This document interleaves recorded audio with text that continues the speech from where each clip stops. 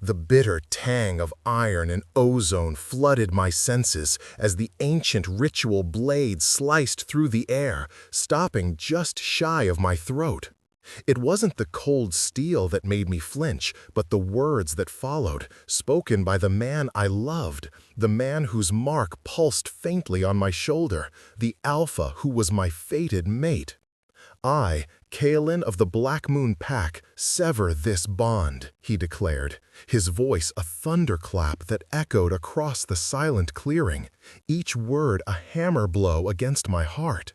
I stared into his eyes, searching for a flicker of the Kale I knew, the one who whispered secrets to me by the riverbank, but found only a glacial blue emptiness. Before the assembled wolves, under the pale, indifferent light of the full moon, he turned from me, his mate, and took the hand of another. A warrior female whose formidable strength was a stark, brutal contrast to my own perceived weakness.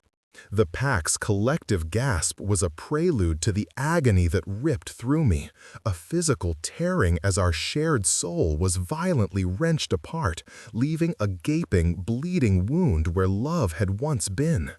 A raw scream built in my throat, but I swallowed it down, refusing to give them the satisfaction of my utter devastation. Wait, before the next revelation unfolds, if this mystery has already captivated you, let us know where you're following this story from.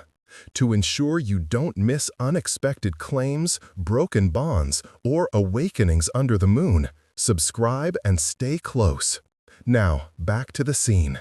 My wolf whimpered, a broken sound deep within my chest as I stumbled back, my legs threatening to buckle. The pain was a live-in entity, a vortex of black ice and fire spiraling through my veins, threatening to pull me under. Kale didn't look back, not once. His gaze was fixed on Seraphina, her hand held firmly in his, a silent proclamation to the pack and to the heavens that he had made his choice. Power over fate, strength over softness, ambition over love. The murmurs of the pack swelled around me, pity from some, scorn from others, but worst of all was the cold judgment from the elders, their faces grim masks of approval. I was the Omega healer, the fragile mate who couldn't offer the pack the warrior Luna it supposedly needed to survive the encroaching territorial disputes with the rogue clans. I was a liability, a weakness he had excised like a tumor. Humiliation burned hotter than the pain, a corrosive acid eating away at my dignity. I couldn't stay. I couldn't watch him place our pack's Luna sigil, an intricate tattoo of a howling wolf against a crescent moon, upon her shoulder, where my fated mark was already fading into a phantom scar that felt colder than ice. That night, I ran. As the pack celebrated their new, powerful Luna with a feast I could smell from my small healer's hut, I made my escape. I packed nothing but the thin tunic on my back and the shattered fragments of my heart. I ran until my paws were raw and my lungs screamed for air, leaving the scent of pine and black moon earth behind me forever. The journey was a blur of terror. I was an Omega, alone and unmated, a tempting target for any rogue or predatory shifter. I slept in hollow logs and dense thickets, my wolf on constant, terrified alert, startling at every snap twig. I forded icy streams that stole the heat from my bones and hunted small game with a clumsiness born of inexperience, my healing instincts ill-suited for the kill. I crossed into human lands, a place where the intricate politics of wolf packs meant nothing, where I could be anonymous. The transition was jarring. The air was thick with the stench of gasoline and decay, a chaotic symphony of noise that assaulted my sensitive ears. I found a small, dreary town called Havenwood, a place as forgotten as I felt, and rented a tiny, damp room above a bakery.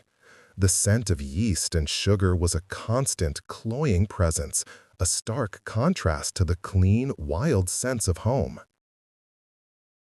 I took a job washing dishes at a local diner, my hands perpetually raw from hot water and harsh soap.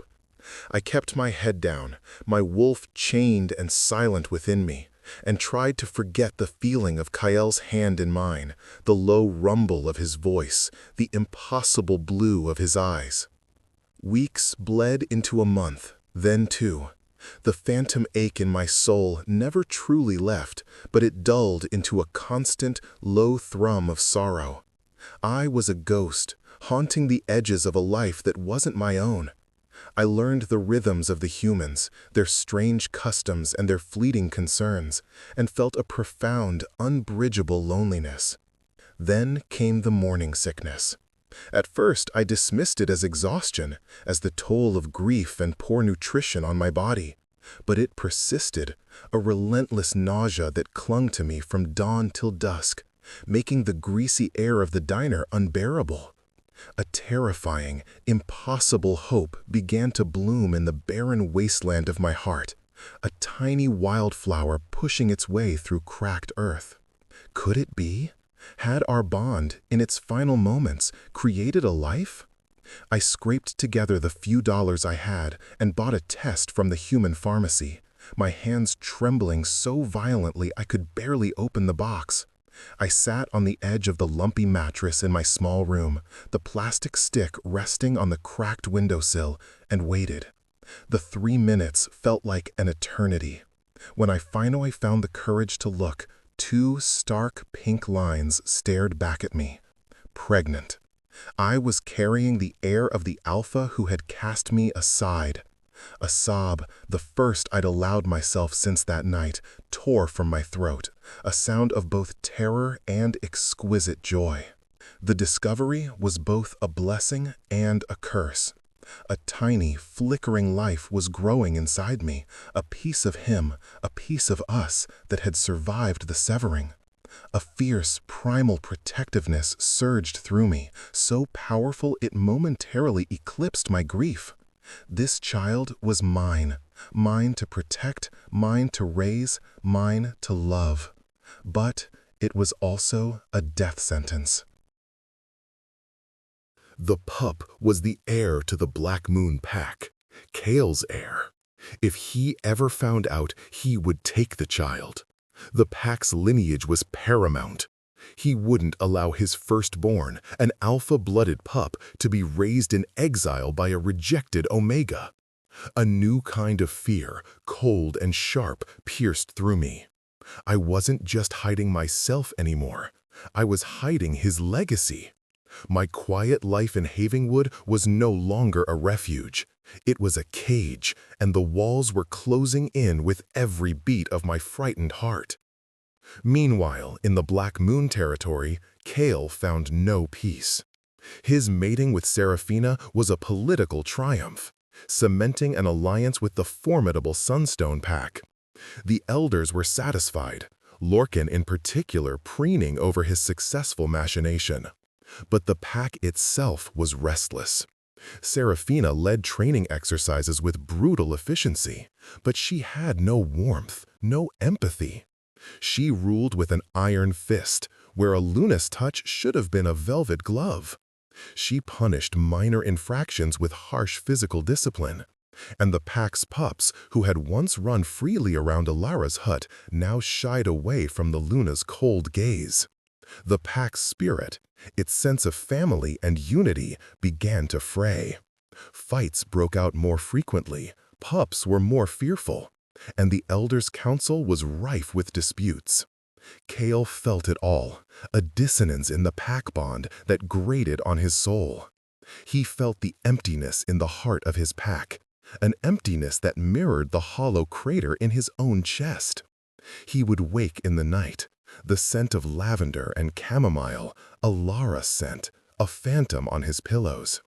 He would see a flash of her gentle smile in the face of a passing Omega, and his gut would twist with a feeling he refused to name as regret. He had made the logical choice, the necessary choice. He repeated it to himself like a mantra, but the words rang hollow in the silence of his soul. His wolf was a beast of pure agitation, constantly pacing at the edges of his consciousness, snarling with an unnamed frustration. He threw himself into border patrols, into negotiations, into anything that would silence the ghost of his severed bond. It was on one such patrol, chasing down reports of rogues encroaching on the southern border, that the wind shifted. It carried a scent so faint, so unbelievably familiar, it stopped him dead in his tracks. Lavender and chamomile mingled with the scent of rain and something else, something new, something that resonated with his own blood on a primal, cellular level. It was impossible. Ilara was gone, disappeared. He'd sent scouts to look for her in the early days, a token gesture to appease his own nagging conscience, but they'd found nothing. He'd assumed she hadn't survived the winter alone. Yet here was her scent, a thread of memory on the breeze, pulling him eastward toward the human town of Havenwood. It was a call his soul could not ignore. Ignoring the confused calls of his beta, Marcus, Kyle shifted, his massive black wolf tearing through the undergrowth, driven by an instinct he couldn't deny. The scent grew stronger as he neared the town, a beacon in the olfactory chaos of human civilization, leading him through the drab streets until it pooled around a run-down building with a bakery on the ground floor. He shifted back in the alleyway, pulling on the spare clothes he always carried, his heart hammering against his ribs. He found her in the diner next door.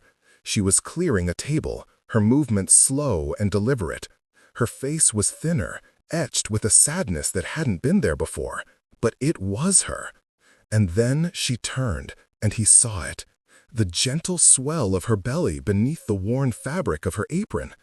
The scent that had been a mystery a moment before now slammed into him with the force of a physical blow. Pup. His pup. His blood, his heir, growing within the body of the woman he had publicly shamed and discarded.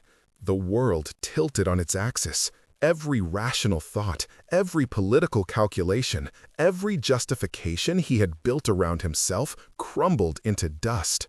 He saw only her and the impossible truth of her condition. Rage, hot and possessive, warred with a tidal wave of guilt so profound it threatened to drown him. She had hidden his heir from him. She had run, but he had been the one to push her away. He had been the one to break her, to break them. He strode into the diner, the bell above the door chiming mockingly. Every head turned. Even in human form, an alpha's presence was an undeniable force of nature. Ilara looked up, her eyes wide with a terror that stabbed him in the gut. The plate she was holding slipped from her fingers, shattering on the cheap linoleum floor. "Kale," she breathed, her voice a ghost of a whisper. He didn't say a word, just stalked toward her, his mind a maelstrom of conflicting emotions. He stopped before her, his gaze locked on her belly. "You will come home," he said, his voice a low growl of command. "You and my child." Ilara's fear was a cold knot in her stomach, but seeing the possessive fire in his eyes, the absolute certainty of his claim, sparked something else inside her. Defiance. The quiet Omega who had crumbled under his rejection was gone. In her place was a mother, and a mother wolf is a force to be reckoned with. "No," she said, her voice shaking but firm. She placed a protective hand over her belly. "This is my child. You gave up any right to us the moment you severed our bond." The few patrons in the diner stared, bewildered by the raw intensity of the scene unfolding before them. Kale's jaw tightened, a muscle feathering in his cheek. He had expected tears, submission, perhaps even a grateful collapse into his arms. He had not expected this fierce, quiet strength. "Do not defy me, Ilara." "The heir to the Black Moon Pack will be born in our territory, not in some human filth hole." His words were cruel, designed to wound, to remind her of her place, but they only strengthened her resolve. "Then he will not be born the heir to any pack," she retorted, lifting her chin. "He will be born the son of a dishwasher, and he will be loved and safe. That is more than you or your pack ever offered me." The truth in her words struck Kyle harder than any physical blow. He was silenced, staring at the woman he barely recognized. This Ilara was not the timid healer he had set aside. The past few months of hardship had forged a core of steel within her. He couldn't drag her out of the diner without exposing their nature to the humans, a cardinal sin. He was trapped by his own laws. "This is not over," he snarled, his voice low and dangerous, before turning and storming out, leaving her trembling in his wake. Her bravado crumbled the moment he was gone. She sank onto a chair, her hand pressed against her racing heart, as her boss, a gruff but kind human named Stan, came over and quietly started sweeping up the broken plate. She had won the battle, but she knew, with chilling certainty, that the war had just begun. Kyle did not return to his pack. He couldn't. He couldn't face Serafina, couldn't face the pack's questions, not while his mind was consumed with Ilara and his unborn child. He took a room at a grimy motel on the edge of Havenwood, the scent of bleach and despair clinging to the thin sheets. For the first time in his life, the Alpha was adrift, his authority meaningless. He began a strange, silent siege. He couldn't force Ilara to return, so he decided to watch over her. He would park his truck across from the diner, his presence a heavy, oppressive weight.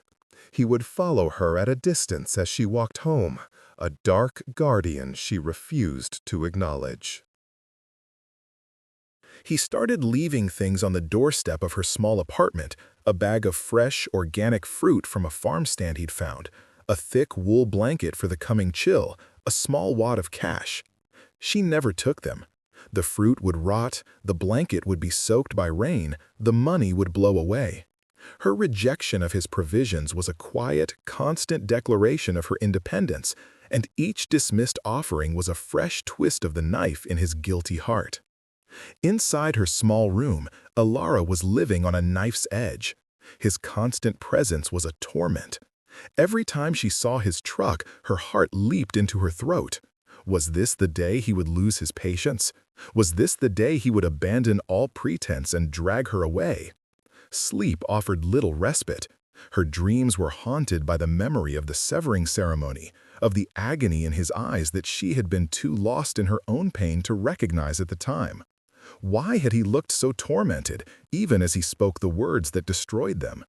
She would wake up with tears on her cheeks, clutching her growing belly and whispering promises to her unborn pup. "I will protect you. I will not let him turn you into a weapon, a political pawn." The pup would kick and stir within her, its tiny life force a warm, comforting anchor in the storm of her fear, a secret conversation just between the two of them.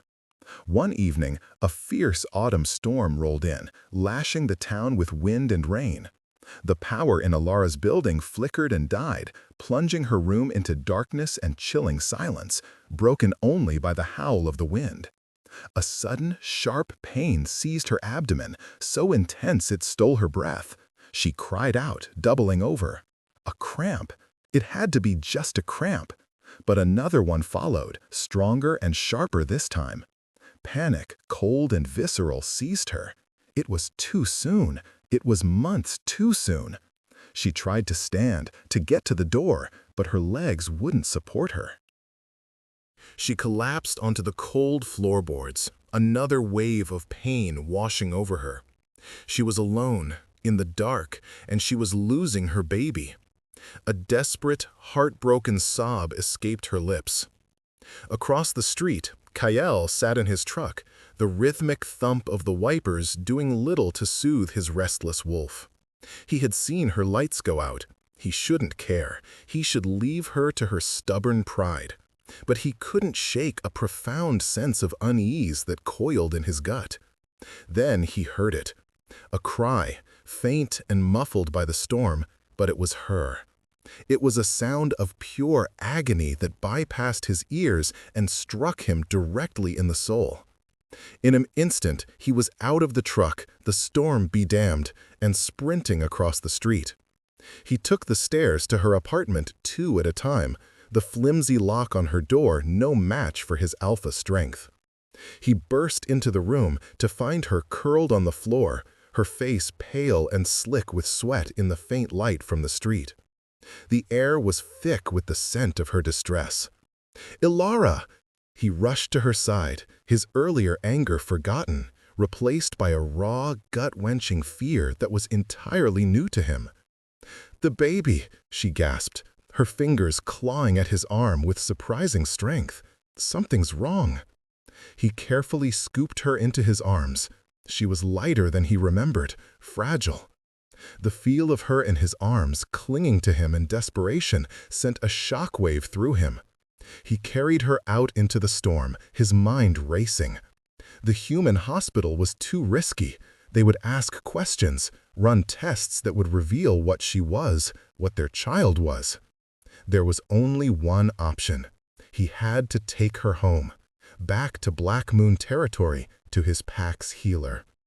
As he laid her gently in the passenger seat of his truck, she looked up at him, her eyes wide with pain and betrayal. "You planned this," she whispered hoarsely. "No," he said, his voice rough with an emotion he couldn't define. "I swear on the moon, Ilara, I just want to save our pup." He slammed the door and raced into the night, the human town of Havenwood disappearing behind them, carrying her back to the life she had fled, to the pack that had rejected her. The journey back was a tense, rain-lashed nightmare. Ilara drifted in and out of consciousness, her soft moans of pain a constant torment to Kyle. He drove with a reckless speed born of desperation, his knuckles white on the steering wheel. Every cry she made was a fresh stab of guilt in his already bleeding conscience. He had done this to her. His pride, his cold calculations, his blindness, they had driven her out into a world where she was alone and vulnerable. If he lost her, if he lost their child, the fault would be his and his alone. They reached the pack's territory just before dawn. He didn't take her to the main pack house, but to the old healer's den, a secluded cottage on the banks of the river where Elder Maeve lived. Maeve was the oldest member of the pack, her knowledge of shifter biology and ancient remedies unparalleled. She took one look at Ilara's pale face and Kyle's frantic eyes and shooed him out of the main room without a word, her expression a mixture of pity for Ilara and deep disapproval for him. Kyle paced outside the den like a caged animal, the scent of medicinal herbs and Ilara's pain driving him mad. Hours crawled by. Finally, Maeve emerged, her face weary but calm. "The pup is safe," she said, her voice raspy with age. "The mother, too. It was the stress of the severing, the hardship of her exile. Her body is fighting to hold on to the pregnancy. She needs rest, proper nutrition, and calm. No more stress, Alpha." The unspoken accusation in her final words was clear. "Can I see her?" Kyle asked, his voice strained.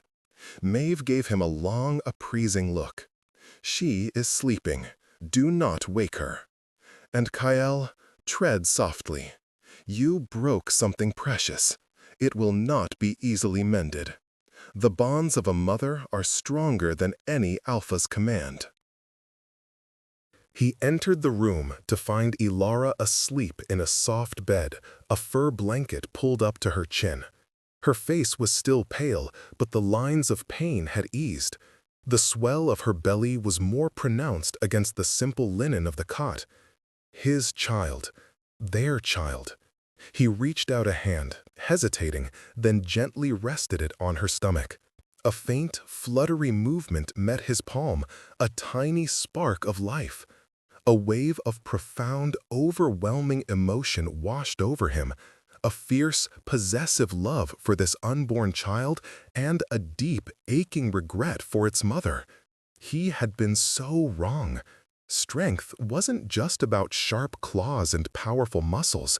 It was this quiet, stubborn resilience, this unwavering will to protect a life even at the cost of her own. He sank to his knees by her bedside, buried his face in the rough fur of the blanket, and for the first time since he was a pup himself, the alpha of the Black Moon pack wept silent, bitter tears of regret. When Ilara awoke, the first thing she saw was Kyle, asleep in a chair by her bed, his head slumped forward, his face etched with exhaustion.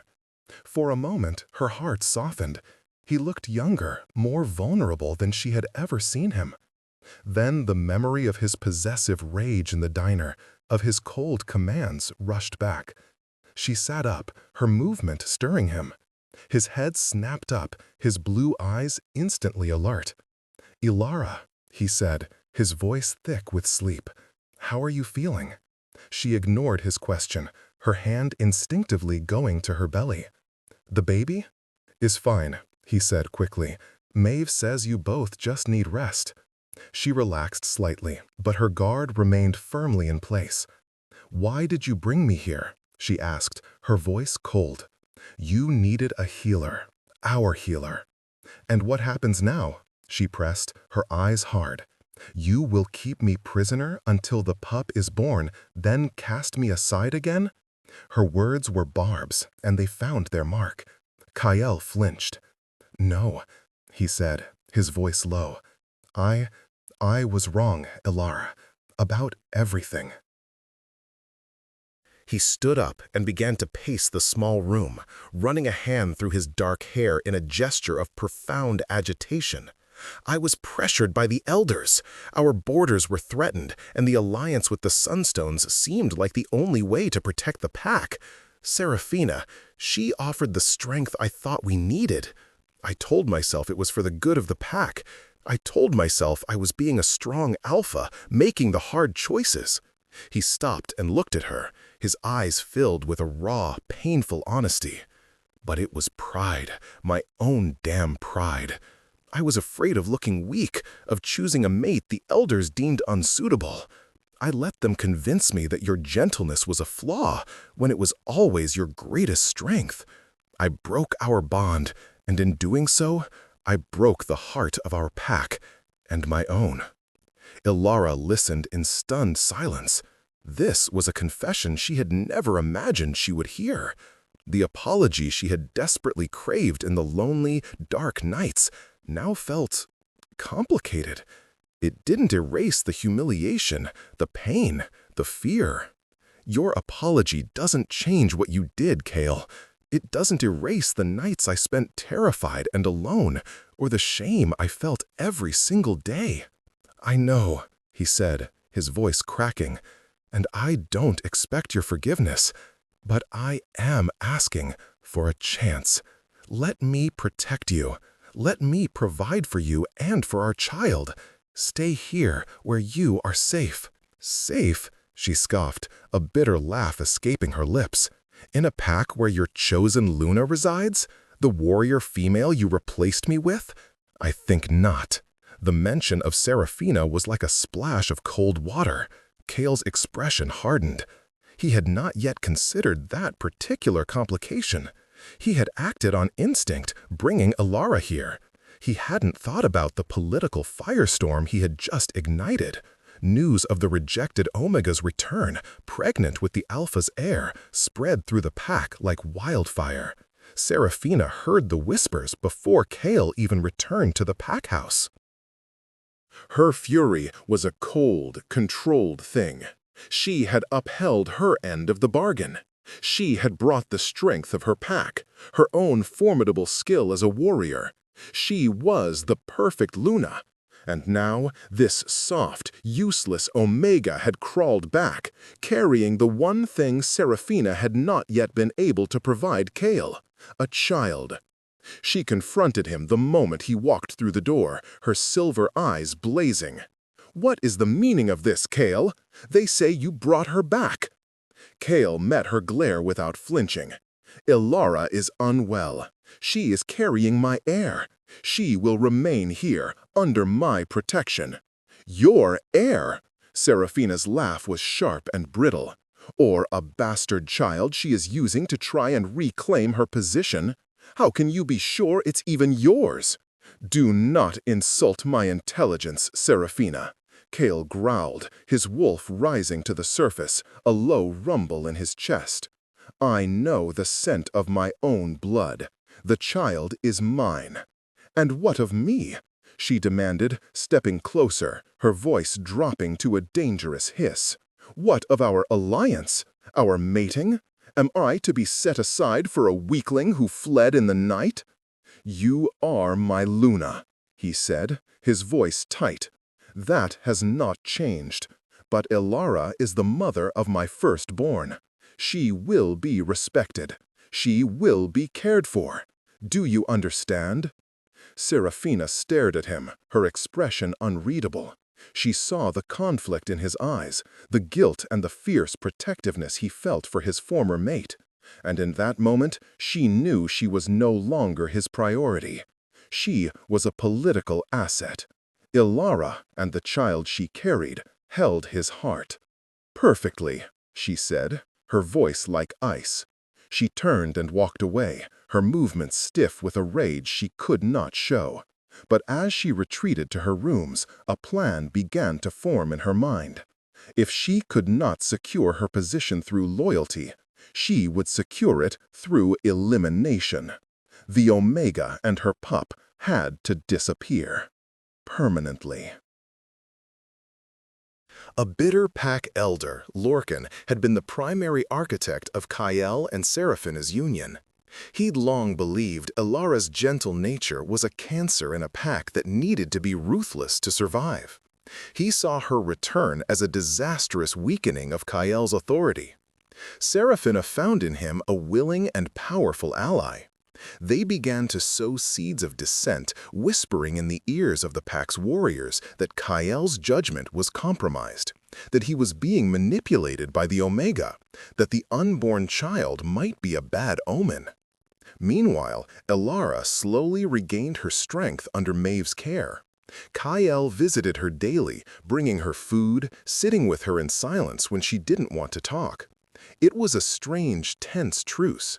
She saw the genuine remorse in his eyes, but the chasm of his betrayal was too wide to cross. Her heart remained guarded, her focus solely on the health of her pup. One afternoon, as she was walking by the river, enjoying the weak sunlight, she overheard two warriors speaking in hushed, agitated tones. "Lorcan says the Alpha is bewitched," one of them muttered. "That the Omega's child will be a runt, a curse on the pack that will bring the rogues to our door. Seraphina has been training the border patrols harder than ever," the other added. "It feels like she's preparing for a war inside our own territory." A chill ran down Ilara's spine. She wasn't just being protected, she was being watched. She was a prisoner in her own home, the center of a political storm she wanted no part of. The pack was fracturing, splitting into factions loyal to Kyle and those swayed by Seraphina and Lorcan. The peace she needed for her child was nowhere to be found. That night, a hunting patrol was deliberately sent to the farthest reaches of the territory on a false alarm about a rogue incursion. The guards around the healer's den were called away to deal with a manufactured dispute between two hot-headed young wolves. Seraphina had created her opening. Ilara was jolted awake by the scent of something alien and hostile. Three large wolves, their eyes glowing with malice, slipped silently into her room.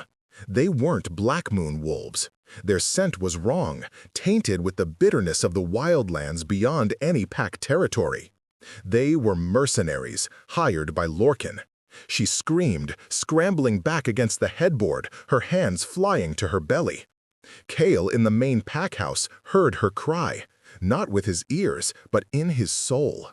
The last frayed thread of their severed bond flared to life, transmitting her terror directly to him in a wave of pure psychic agony. He was moving before he even processed the thought. His shift into his massive black wolf, a seamless explosion of muscle and fur that shattered the chair he'd been sitting in. He burst into the healer's den a moment after the attack began. The mercenaries were closing in on Ilara, their teeth bared. A protective rage, purer and more absolute than anything he had ever felt, consumed him. He was a whirlwind of black fury, a force of nature unleashed. He slammed into the first wolf, his jaws closing around its neck in a killing blow.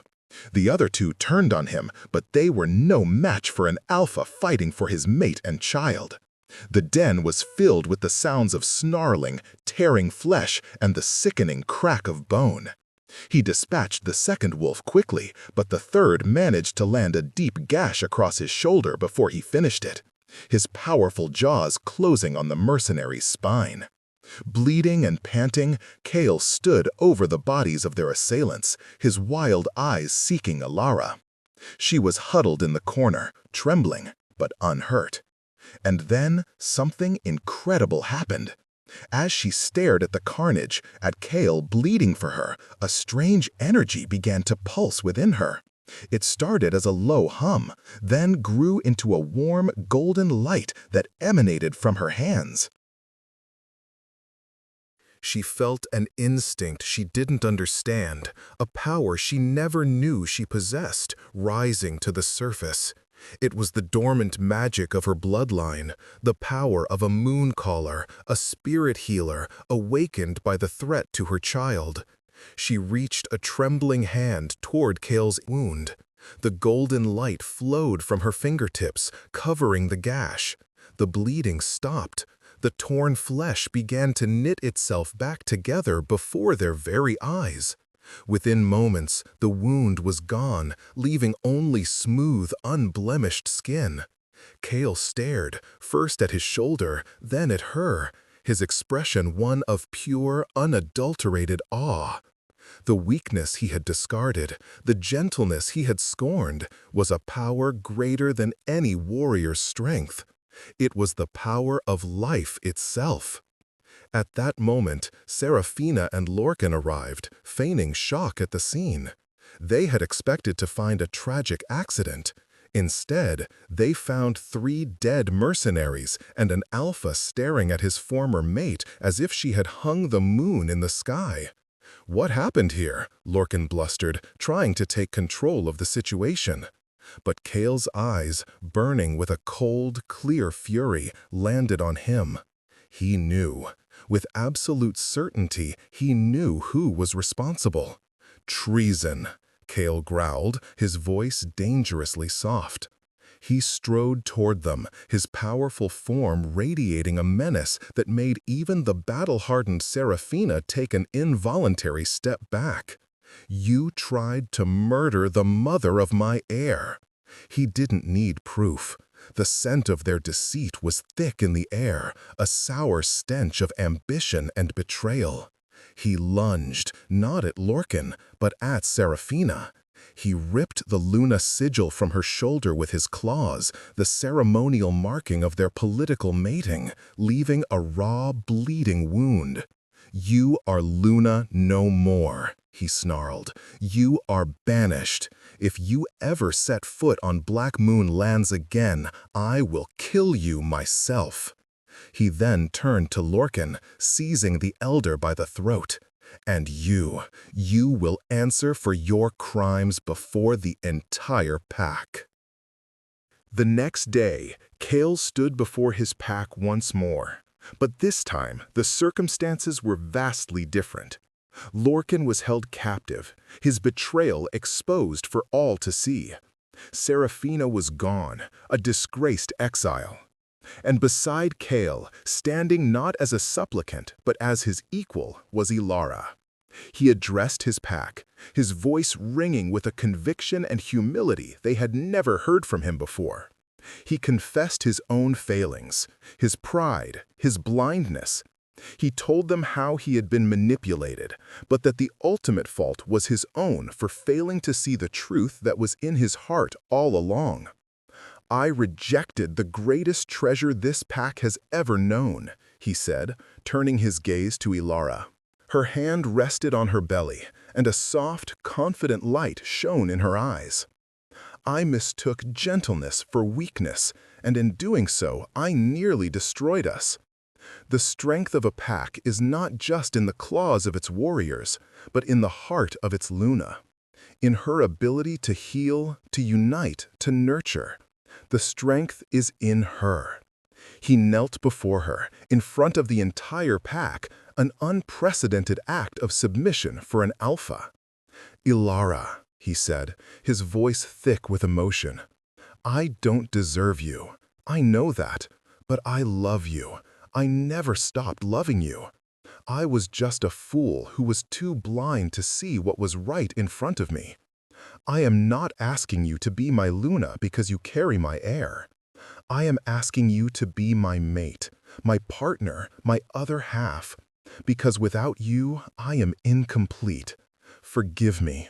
Please, let me spend the rest of my life earning my way back into your heart." Tears streamed down Ilara's face, but they were not tears of sorrow. They were tears of release, of a deep, profound healing. She saw the truth in his eyes, the absolute sincerity of his broken pride. She placed her hand on his cheek. "Get up, Kale," she whispered. "An alpha belongs on his feet." He rose, and she stepped into his embrace, her head resting against his chest, right over his frantically beating heart.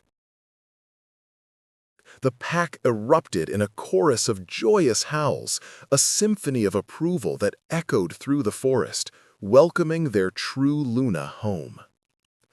The seasons turned. The fractures in the pack began to heal under Ilara's gentle guidance. Her innate ability to soothe tensions and her deep empathy brought back the sense of family that had been lost. She worked alongside Maeve, her own healing powers growing stronger each day, a beacon of hope and life for them all. Kale was a changed alpha. His leadership was still strong, but it was now tempered with a compassion and wisdom that earned him not just the respect, but the love of his wolves.